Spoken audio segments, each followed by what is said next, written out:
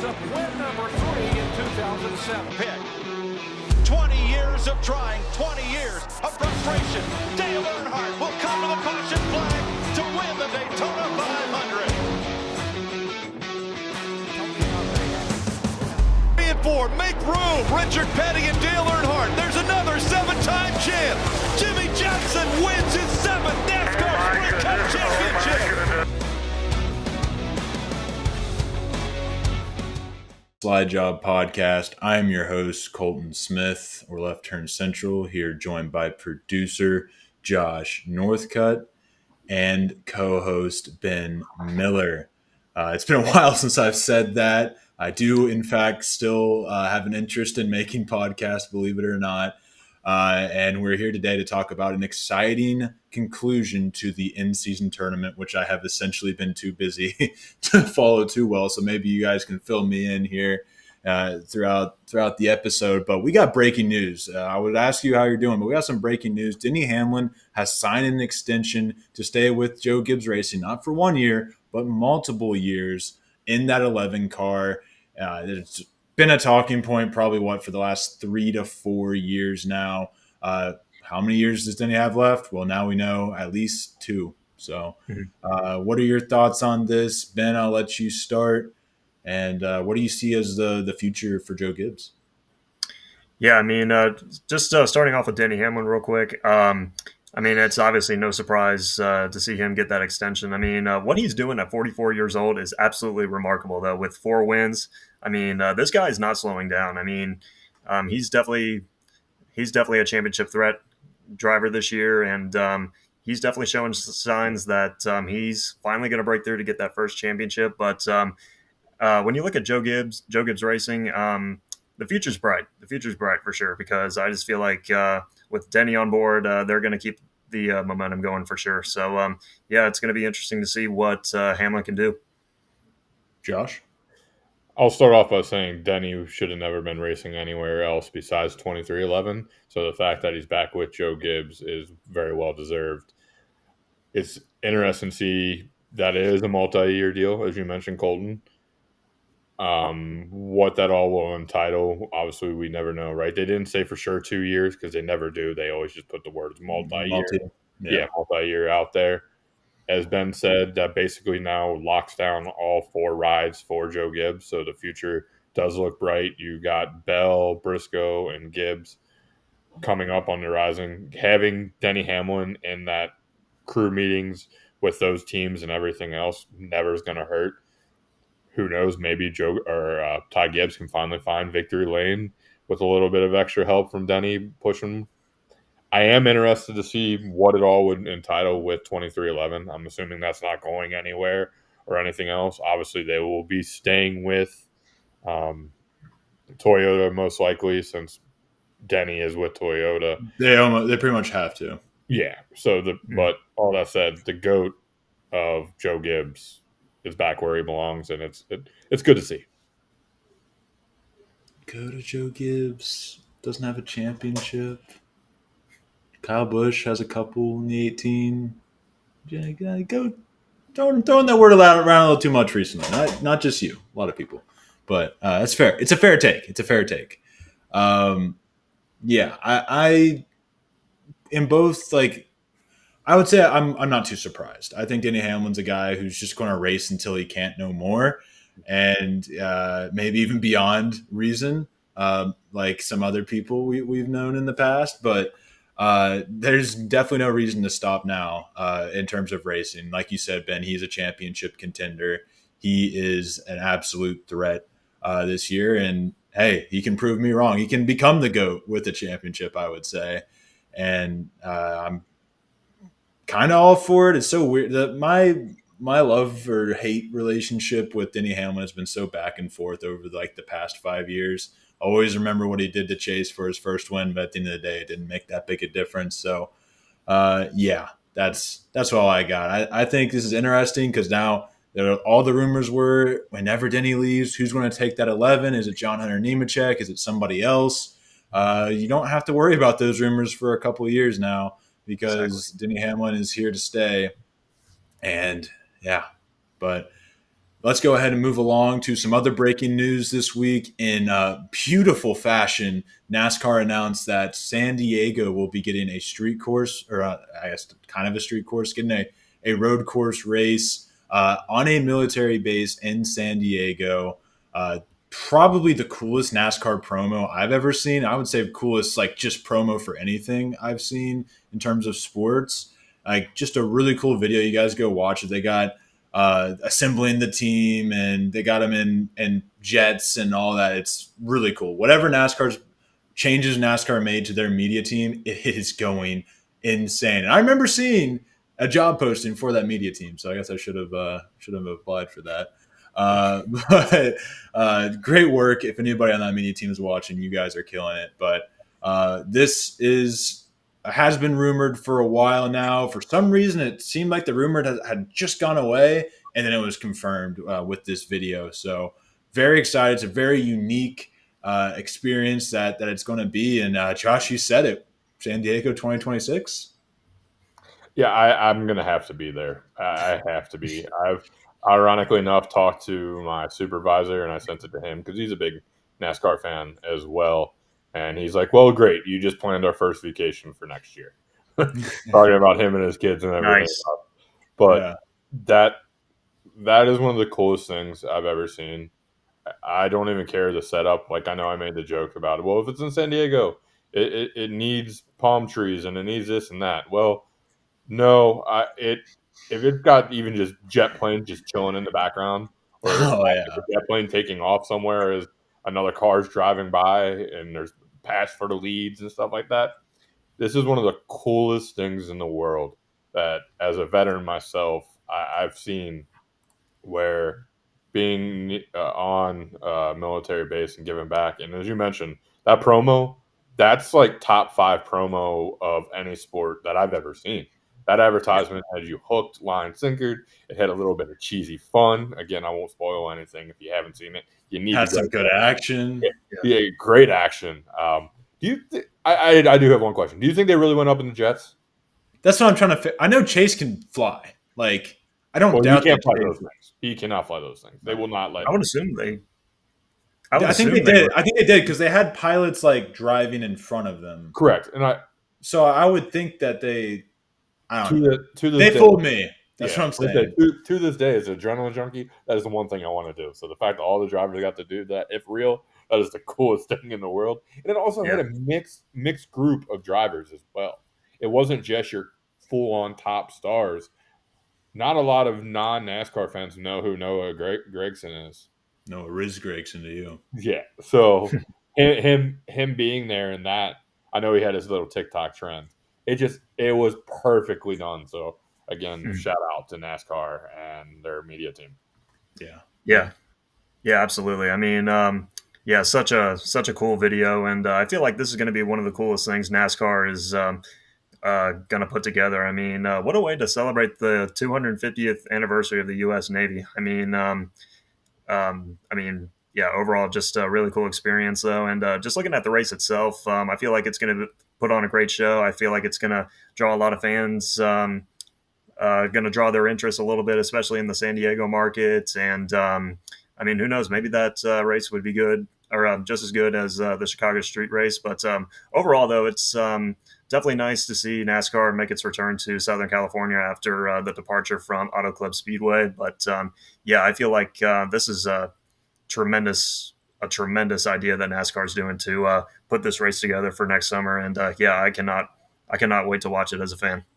The drivers even given a dig at their self about one of the drivers who should always be there if we're talking road courses.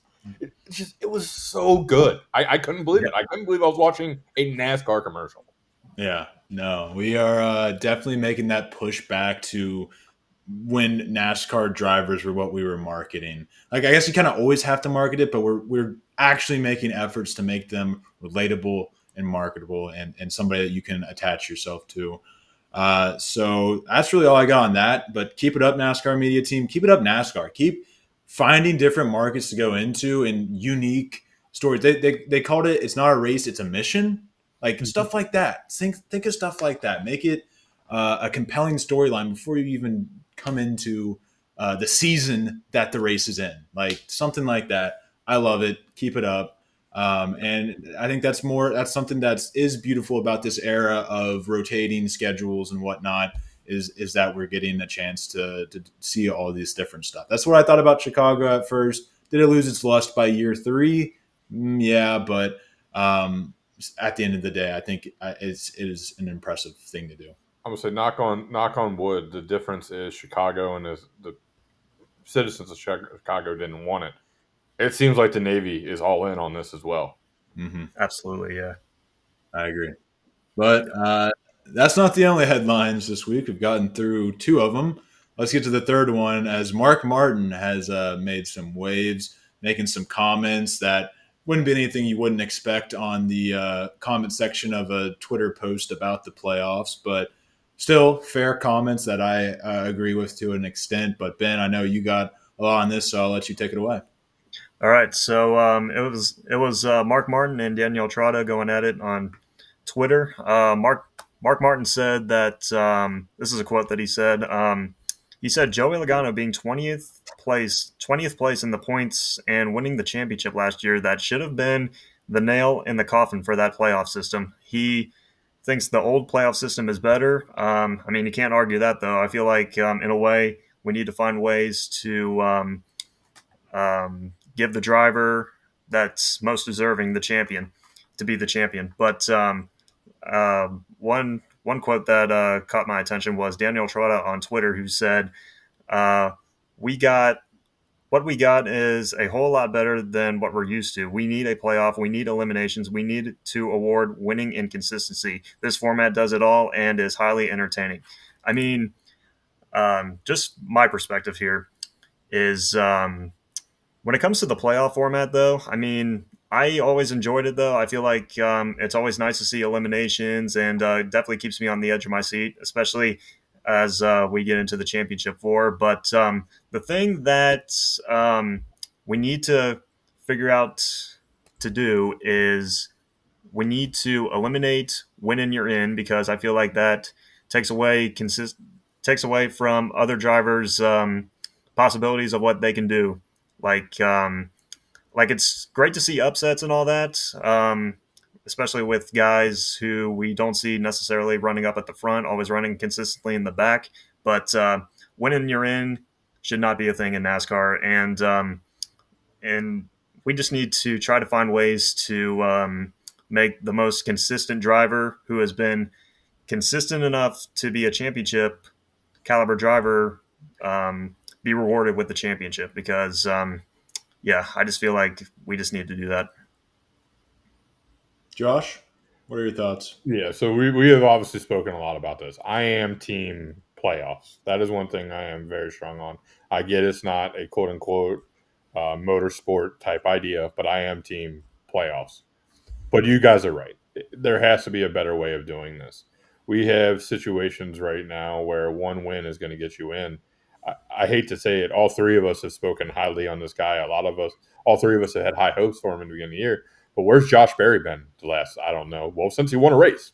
Absolutely nowhere. Exactly. I would love to go back and see from the point he won that race. I remember, I think there was like 2 or 3 races he still had like top 10 floating finishes. But he didn't finish because he DNF'd, and that's been the big story. Correct. Mm-hmm.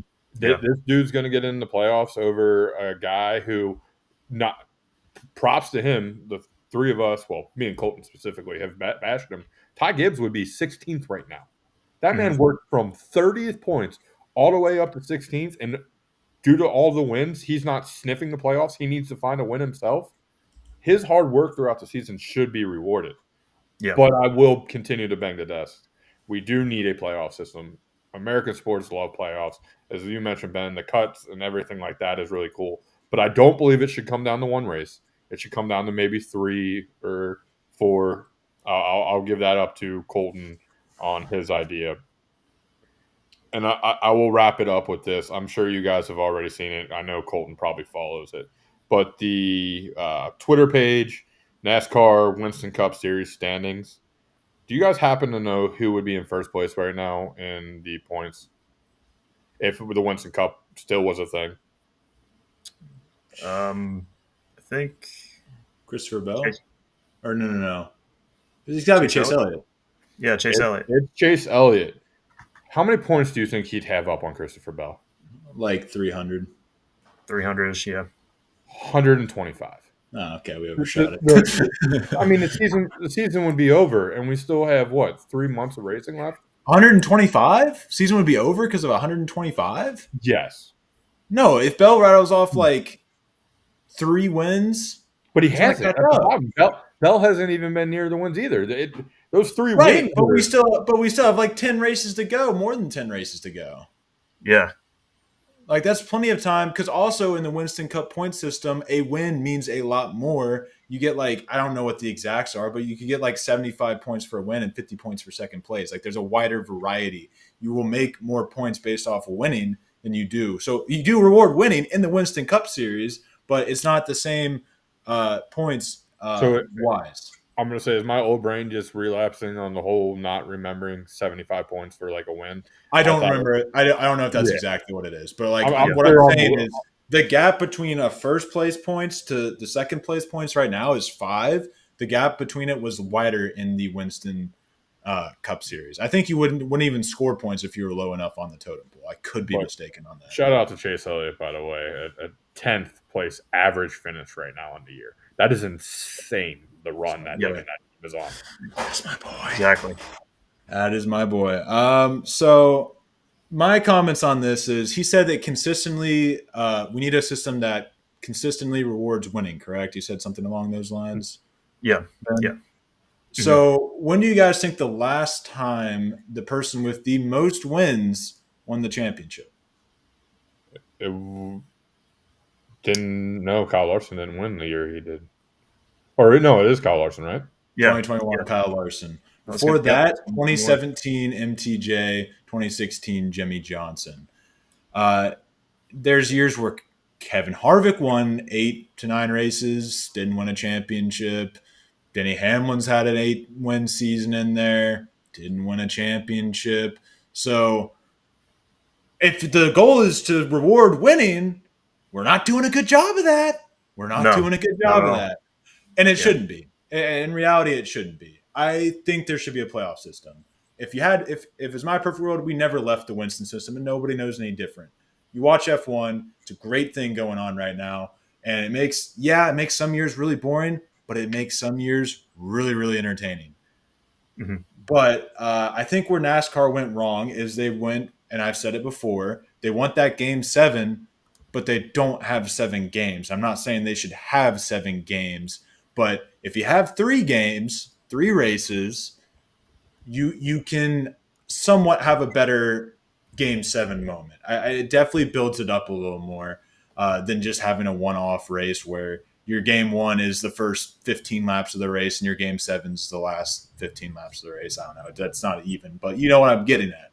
So I'll beat this dead horse. I've beaten this dead horse since I've started this YouTube channel. Like, no, we need no one in your in, because the 16 best drivers need to compete. Is there a sport where the 16 best teams or the top teams aren't the ones in the playoffs? Maybe you can make the argument for NBA because 9 and 10 seed can technically get in, but let's be honest, that doesn't really make that big of a difference. There is not a sport where you have that issue. Football, if a division team is really bad, or division is really bad and the team gets in, I guess, but very seldom do you get that. And even when that happens, you're not really beating down the door. Well, maybe NFL fans are, but you're not really beating down the door for that other team to get in. So I think top 16, let's go from there. I can work with winning you're in the playoffs. I would prefer not, but I can work with that if it means that the best 16 drivers are competing in the playoff. I think that's the most important thing, because we're in a world where Chris Buescher, Ryan Preece, guys who have earned a spot in this playoff, Ty Gibbs you mentioned, guys who have worked their ass off to get into this playoff, aren't even want to make it because they don't have a win, and it's just not okay. Josh Berry does not deserve to be in the playoffs. Shane Van Gisbergen, I'm sorry, does not deserve to be in the playoffs. I know he has multiple wins. I get that, but points-wise, he's not a top 16 driver. if somebody's only good at super speedways, does Ricky Stenhouse deserve to be in the playoffs every year? No. But that's where I think the debate would come, and we've had the discussion before. Should 2 wins get you in? Is there a number that should get you in? I do see your point though, Colton. I can see it. I'm not gonna argue if they make it a 2-win system, because then that at least eliminates the Josh Berrys of the world. But still, I do think that it should just be the top 16, regardless of it. I mean, Shane Gisbergen has 3 wins now. Yeah, whoop-de-doo, he's 26th in points with 3 wins. I was literally about to point that out. 26 in points with 3 wins. Yeah.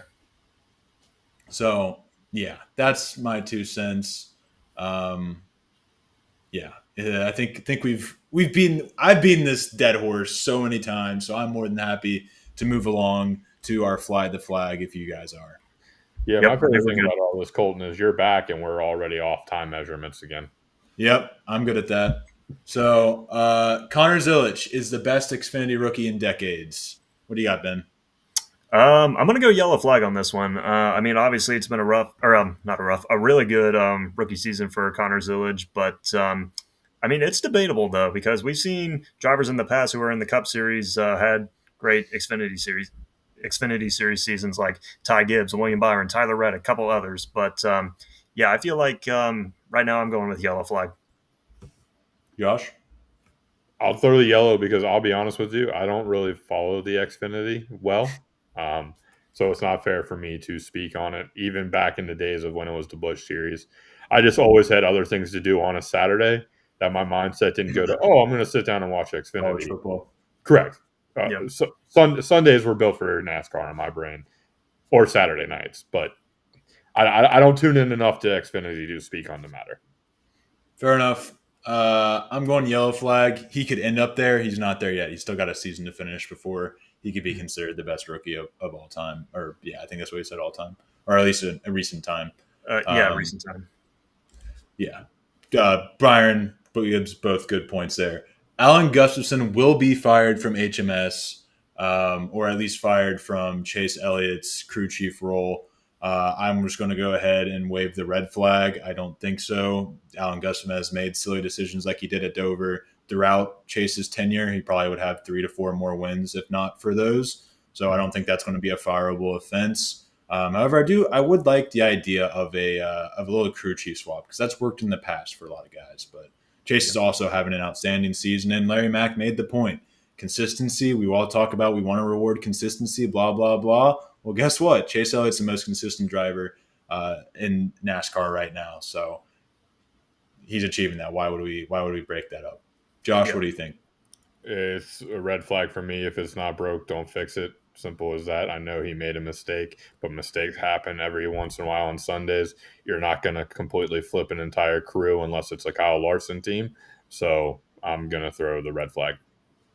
Yeah, just like you guys, I'm going with the red flag as well. Even though it wasn't really the best call for Chase Elliott in that 9 group, what they did in Dover pitting. But when you look at the season as a whole, though, Chase Elliott has been the most consistent driver, and he's a championship threat right now. And I don't see HMS breaking up the duo of Chase Elliott and Alan Gustafson. So I'm going red flag. William Byron had another tough race at Dover. He is out of the points lead. Back 16 points. You guys worried about him? Starting with Ben. Yeah, I think I'm going to go red flag on this one. I mean, I was debating it a little bit, but yeah, obviously we're not seeing the 24 that we're used to seeing, especially from the beginning of the season. But I feel like this 24 group, the last 2 summers, they've been going through some summer slumps. And I remember last year they turned it around by making it to the championship 4 in Phoenix. So, and we still got plenty of season left to see if they can turn it around, though. But I feel like when it comes playoff time, they're going to put that bad luck behind them, and they're going to be championship contenders. So I'm not worried about Byron. Josh? Green as green can be. I wouldn't even have him as a top 5 driver. As on Monday I mentioned the power rankings, he was not in my top 5. I don't think he's a finalist or a contender for Phoenix right now. So that's as green can be. So, Josh, have you ever seen a Hendrick driver like fall off this hard in summer? Yeah, I mean we've seen it many times Because before. I sure have. It happens every damn year. Red flag. I'm perfectly fine. Dude's second in the point standings after like 3 DNFs. I think that Byron is struggling. Absolutely, that's a green flag. But in terms of, am I worried about him come playoff time? No, sir. No problem. I'm perfectly on the William Byron train here. 300 cars at the top, though. That's an interesting thing. I didn't really think about. And then Bowman's been looking better recently. So Byron's been Absolutely. going down. His teammates have been looking great. And we'll talk about that a little bit going into this race. But it's time for our power rankings. Ben, I'll let you start it off. I do not have a power rankings for this week. I just haven't been in tune enough to give a power ranking. So I'm going to lock back in this weekend and give you all power rankings next week. I think I'm off next week. We'll see. Ben, though, what do you got for this week's power rankings? All right, starting off at number 5, I got the 19 of Chase Briscoe. 3 top 5s in the last 4 races, which included 2 runner-up finishes at both Sonoma and at Dover. They're starting to catch their rhythm. They're starting to catch their rhythm a little bit as we're in the summer. We're starting to find out who they are as a team. They're showing a lot of speed, and they're bringing lots of momentum into Indianapolis. And I would not be surprised if the Indiana kid can pull it off this weekend at the Brickyard. So, yeah, they're definitely going places. Number 4, I got the 45 of Tyler Reddick. Was running up in the top 10 for most of the race at Dover. Not so much of a flashy day. Was unfortunate at the restarts there late, which ultimately led him to finishing in 12th. But he finished second a year ago at Indianapolis to Kyle Larson in last year's Brickyard 400. So, yeah, I would keep an eye on that 45 for sure heading into this week. And number 3, I got the 54 of Ty Gibbs. 5th place finish at Dover last week. Showed great speed. He showed great speed in that race, running up in the top 10, 4 top 10s in the last 7 races. And he's going to be battling for $1 million next week this weekend in Indianapolis, excuse me. But yeah, overall continues to have a great summer stretch. And number 2, I got the 11 of Denny Hamlin, who picked up his 4th win of the year at Dover, led 67 laps, was able to bounce back after a rough race at Sonoma, continues to bring fast cars at these intermediate tracks, and he brings a lot of momentum into Indianapolis this weekend. And number 1, topping off my power rankings this week, guys, I got the 9 car of Chase Elliott. Finished 6th at Dover. With that 6th place finish, he's now finished in the top 10 in 5 of the last 6 races. He led a race high 238 laps, overcame a miscue on pit road to get back in the lead. The questionable pit call by Alan Gustafson to pit for 2 tires cost him the win.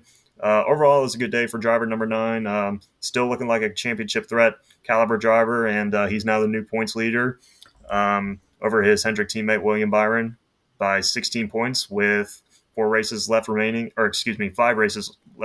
in the regular season. So, yeah, that tops off my power rankings. Josh, top 5? Yeah, very quickly, I'm going to keep 2 guys off the list, as I already mentioned. William Byron not on it, and also SVG, after what I watched him do on the Oval. Can't put him up there anymore. Road course guru, no doubt about it. Playoff points are going to be there, but he's not in my top 5. However, now speaking of my top 5, I'm going to do the opposite and just give you number 1 is Denny Hamlin. There's no questions for me. 4 wins over the last 15 races. Has looked very, very good. I believe my brain is remembered correctly, could have won another race or 2 in there if it wasn't for some bad luck on pit road or even just car failure. Number 2 would be the most consistent driver, as we mentioned many, many times. It is Mr. Chase Elliott himself. I have no idea how you don't have him right now as your favorite driver to win the Cup Series.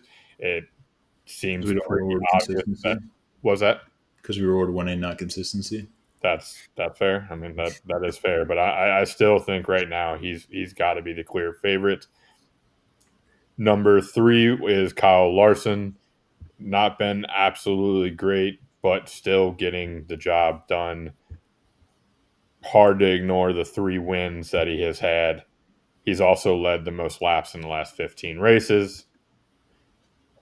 Number 4, I go back and forth, but I'm going to give it to the guy who's got the win. Give me Chase Briscoe. I made the bold statement, Colton. I don't know if you got to see it. I know you edit, but I think he's going to Final Four driver this year. I think outside Denny, he has now passed Christopher Bell when it comes to being the better driver of the team. I think Chase Briscoe, I'll go as bold to say hot take early, late, whatever, not for the show, but I think Chase Briscoe is the face and the future of Joe Gibbs Racing. I truly do. I think he is that good, and we're going to see it happen again this weekend. Hint, hint on who my number 1 pick is going to be.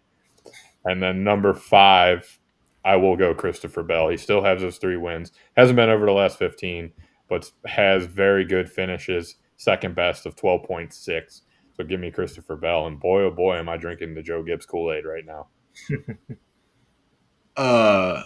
I leave for a week, and Chase Briscoe is the face for Joe Gibbs. Good Lord, what happened? I should emphasize again. What I meant was the future face. Like I think he is going to be future face. Yeah, the face is Denny Hamlin. The face of the team is Denny Hamlin. Yes, it's Denny Hamlin.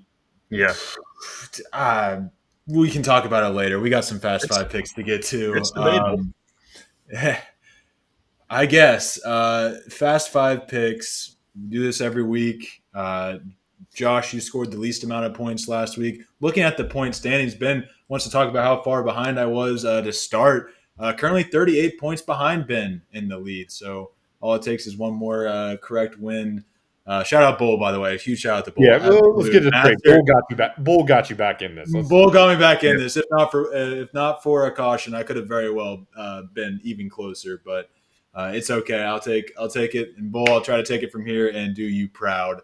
Thank you very much, Bull, for your hard work there. I cannot emphasize that enough. Josh has fallen out of the lead, though, just 5 points behind Ben. Ben, you scored the second amount of points. So, Josh, what pick would you like to take this week? I'm going to put the pressure on because I've already told everybody who I want at pick 1, but I'm not picking pick 1. I'm going to go ahead and pick 3. All right. So either you're going to take him or he's not coming back to you. That's what I got a plan up here. All right, fair enough. Ben, do you want first or second pick? I'll go first pick this week. All right, sounds good. What do you got? All right, so I'm taking the 9 car of Chase Elliott. Like we talked about, he's been the most consistent driver, especially in the summertime, though. He's been really a championship threat and always up front, always leading these races. And I think they're going to continue the momentum this weekend in Indianapolis. So I would keep an eye on that 9 car. All right. At the 2 spot, I'm going to take Kyle Larson. Enjoy Chase Briscoe, but I'm taking the recent winner, Kyle Larson, who's about due for another win, if we want to really talk about it. So knowing that this guy's been good at tracks that he was good at last year, and even surgical at those tracks. So give me Kyle Larson. And Josh? My first pick is the driver who is probably favorite to win the race outside of Kyle Larson in Vegas odds. Give me Denny Hamlin.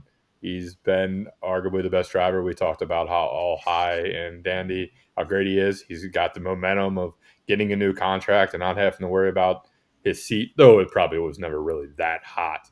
And then my second pick, give me the guy who's actually going to win this race. Give me Tyler Reddick. All right. Fair enough. That was now I have to rewrite 19 into 45 here. Second place here last year. He's due for a win. Hasn't had any DNFs over the last 15 races, which means he's fully now having a DNF on Sunday. Sorry about that, Tyler. Thank you for that. Back to me at the 2 spot. We have only one race here, so really average finish doesn't mean shit. So I'm kind of just going off of the Cup Series standings, who I'm feeling, who I'm liking. And I'm liking Chris. I should have thought of a little more thought. Sorry. Give me William Byron to turn it around. That is a jump. That is a leap of faith I'm taking there. But give me William Byron to turn it around. I put that under Ben by accident. But, yeah, William Byron. Give me him. All right. All right, my next pick, I am going to go with the. I'm just going to take a look at these odds here real quick, if we don't mind. I'm going to take the big decision here. Sorry. You know what? I'm going to take. Give me the 19 of Chase Briscoe. Obviously he's been catching his rhythm, like I mentioned in my power rankings. We're starting to see what that 19 group who they are as a team, and they've been putting up some really good numbers, putting up really good consistent finishes, and do not be surprised if the Indiana kid can pull it off. And do I get one more if I'm right? If I'm You right? do. Yeah. Okay. All right. So I'm going to take his JGR teammate, the 54 of Ty Gibbs. Oh, phew. Oh, thank you. Sorry. Yeah. But overall, when you look at Ty Gibbs, he's definitely turned his season around, having a great summer, always up front, leading some laps, putting together great finishes, and he's battling for $1 million this weekend. So, he's one of our drivers that's below the cut line right now. And as we get into the final 5 races of the regular season, though, look for that 54 group to continue that momentum and get some stage points. And who knows, maybe he can get his first win at the world's greatest race course. So, yeah, I got the 19 and the 54. That's a good pick. I just had Christopher Bell locked and loaded. So when I heard Joe Gibbs' team, and I was like, oh no, where next? I went ahead and did a little more digging at 2.5 mile ovals. He has a average for 2 to 2.5 mile. I don't know what the exact stat is supposed to be here, but he has the second best average finish since the next gen era. So I do like that stat. Christopher Bell's been one that shows up at the tracks that he's good at. So give me C. Bell here in the 3rd round. Back to you, Josh. I'm going to go ahead and take the face of Penske. Give me the fastest car every single week. And my teams continue just to stay the same. I'm going to go ahead and take Ryan Blaney as my 3rd pick.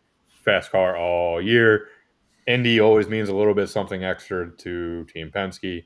So Blaney's going to have something there. This is where the challenge begins, in my opinion. However, I can't be the only one without a Hendricks car, so I'm going to just go ahead and take Alex Bowman for the sake of not having a Hendricks car. It killed me last week. That is literally what killed me. Only Gibbs I had was Briscoe and the dominance of Hendricks Gibbs. I would have traded you William Byron. He finished 31st, but I mean, if you wanted a Hendrick car so bad, we could have traded points. Yeah. All right. Did you get both? No, it's back to me. Oh, I'm sorry. Yeah, trying to cut me off. I'm just not part of the show anymore, I guess. Do I take a flyer? Do I go with the guy that I just trust? I think I'm going to go with the guy I just trust, whose performance last season kind of dipped a bit at this point, and this season has been going up. Give me Chris Buescher, probably the second most consistent guy without a. I guess Chase Elliott has a win now, but just probably the second most consistent guy. I would give it to Chris Buescher. So 17 will be my 4th pick. Now, Ben, you may speak. All right. So I'm gonna take the 8 car of Kyle Busch. Even though you like that guy. I'm gonna say you literally. No, I've been. This week is the week.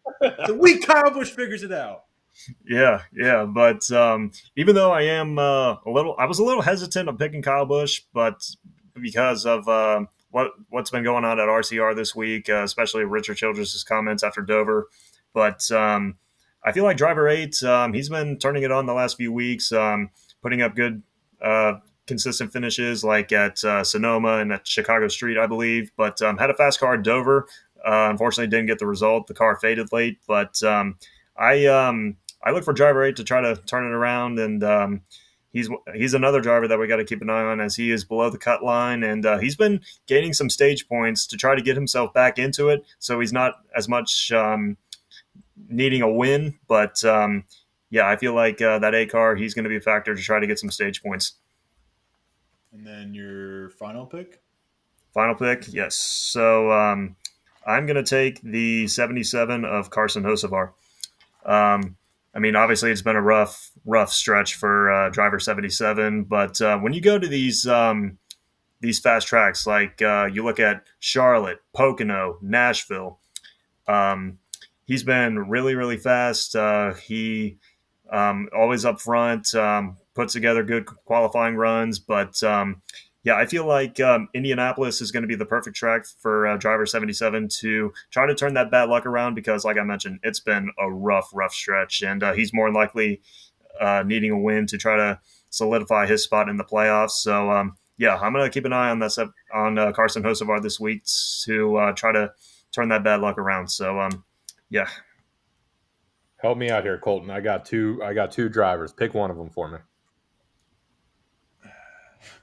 I got two drivers too. I'm curious if we have the same. You know, one of them is the same driver. You know, I have a feeling one of them is definitely has to be the same driver. I am going to go ahead and rock with. This is hard. This is hard.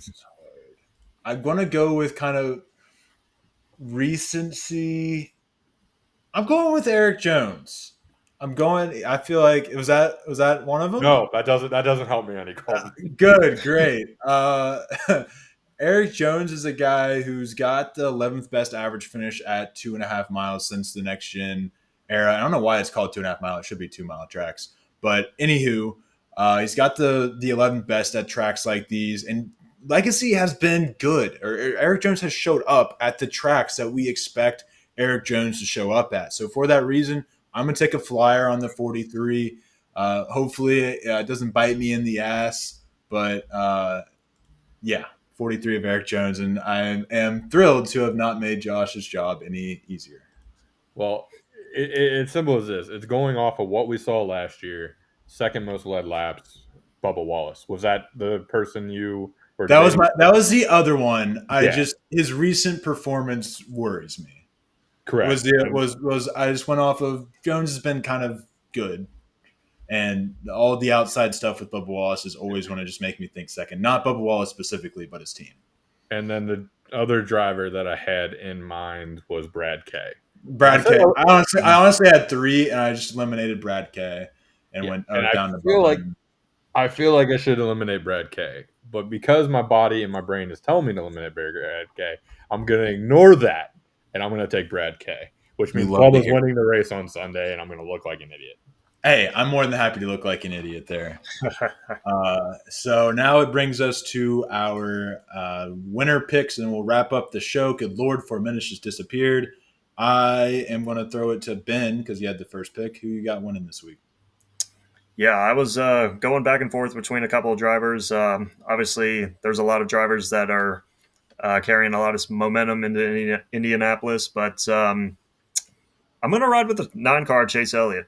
I feel like going into Indianapolis, he's going to continue that momentum that they've been on, and they're going to show great speed. And I just have this feeling he's going to break through to get his first Brickyard 400 and join his father, Awesome Bill, as a Brickyard 400 winner. All right. I want to go with Kyle Larson here. I feel like there's a little bit of a negative aura about him in Indy after what happened in the Indy 500. I think he'll still be fast, but for some reason I feel like I maybe more picked him for some stage wins and not necessarily a finish. But who I do have winning this race is Christopher Bell. I think it's time for him to show Josh wrong, please, and break that, 15 race winless streak since winning 3 in a row. Let's turn the corner here, see Bell, and get that win.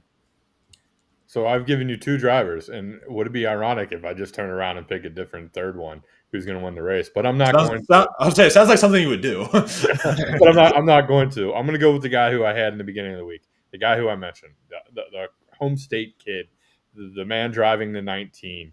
I'm putting all the eggs in the basket. My money's literally going on him this weekend. I believe Chase Briscoe is going to be able to qualify well. And as Ben mentioned on the show, or maybe it was post-show when me and Amable were talking, there's not a lot of passing here, obviously. The track's not exactly built for Cup Series cars anymore. Yeah. There's not been a better qualifier over, the last 8 races maybe? At least like last 2 months than Chase Briscoe. So I expect Chase Briscoe to start up front, have the momentum of being a home state kid, and he finds victory lane. So give me Chase Briscoe. All right. May the bell toll this weekend. Thank you all for listening. Be sure to hit the subscribe button, and comment down below if you did enjoy. Be sure to check out the CX Podcast Network on all platforms, X, Twitter. I said X. I always do that. TikTok, Instagram, Facebook. We're on all of that. Ben's been doing a great job of reporting the races on the CX Podcast Network. So especially if you are a race fan, be sure to go check out our Twitter and follow us on there for in-race updates. Be sure to follow Josh at jnorth1989, Ben at Ben Miller PXP. Check us out on Apple, Spotify, and Amazon Music. And yeah, that's all I got. We'll see you guys in the next one. Peace.